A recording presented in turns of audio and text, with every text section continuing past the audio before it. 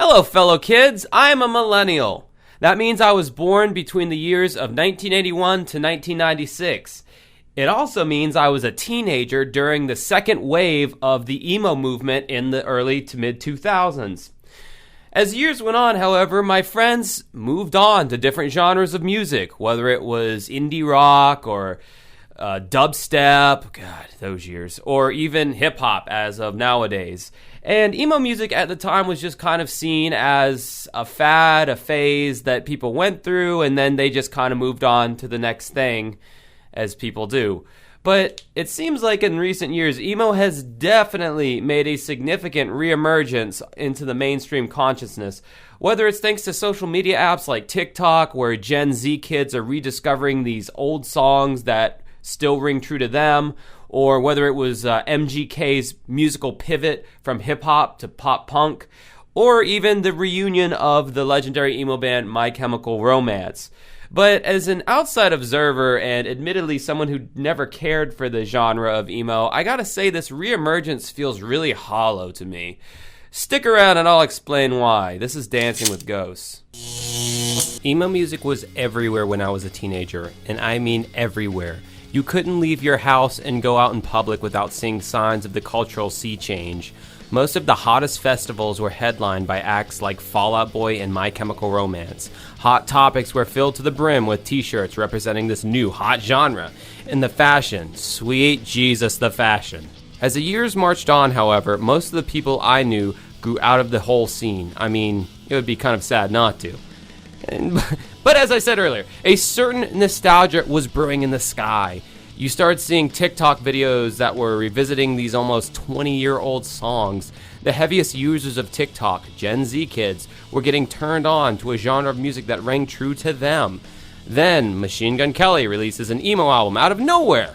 You have the Don Juan of pop-punk, Travis Barker, producing all of these new songs. And finally, the band that started the second wave of emo, My Chemical Romance, reunited. Now, My Chemical Romance was easily one of the most popular bands to come out of this movement.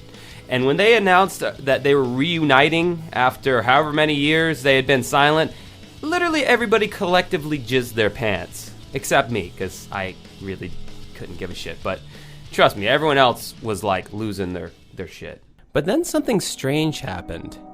They dropped a new song, and people didn't like it.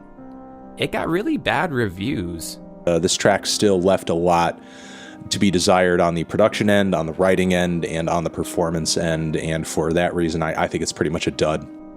It was at that time that I also realized Avril Lavigne dropped a new record in February of this year, and no one seemed to care. Fall Out Boy and Blink-182 have gone pop, yet these artists' old songs remain highly popular. There are quote-unquote emo nights popping up at music venues all over the country. Mega festivals are being planned. What's going on here? Nostalgia! Yes, it has happened to us. It has happened to our generation. And when I say us, I mean you, because I was never really into emo music. Millennials are full-fledged adults now, and we have to make it out in the world on our own. We have to figure out our own ways of coping with the human condition. Gone are the days of our parents making sure we were safe and giving us rides to Warped Tour. Gone are the days of being a teenager and going through your first heartbreak. We have bills, full-time jobs, and even kids. Yet the music has stayed the same. When you put on those old songs, it mentally takes you back to those times that are gone forever and leaves you with a sweet sadness. Millennials can't let go of emo because that was the soundtrack of their lives at their most critical time of development. Just like when Duran Duran and Bon Jovi take your parents back to when they were younger and full of hope for the future. I think nostalgia is safe in small doses, but it's not a world I want to live in. I've tried to be as objective as possible in this video, but I've made it pretty clear that this was a genre that I've never cared for. I knew MGK and MCR weren't going to bring emo back, because when people say, quote, bring it back, they mean they want the same exact sounding music that they heard in 2005 when they were 15 years old. Anything else is going to be seen as crap. That's how nostalgia works. Everything you loved growing up was great, and all the new stuff sucks.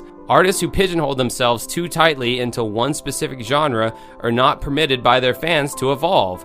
That's the problem with nostalgia when it comes to music. Anyone at an emo concert isn't interested in hearing anything by these new artists they say they love. They just want to get high off the memories that the old songs induce. So don't be surprised when the new My Chemical Romance album comes out and people say that it sucks, because unless it sounds like Three Cheers or Black Parade, that's exactly what's going to happen. I'm Josh Cannon. I hope you enjoyed watching this video. Have a good rest of your night. Please remember to like, subscribe, and all that other kind of stuff. And, yeah.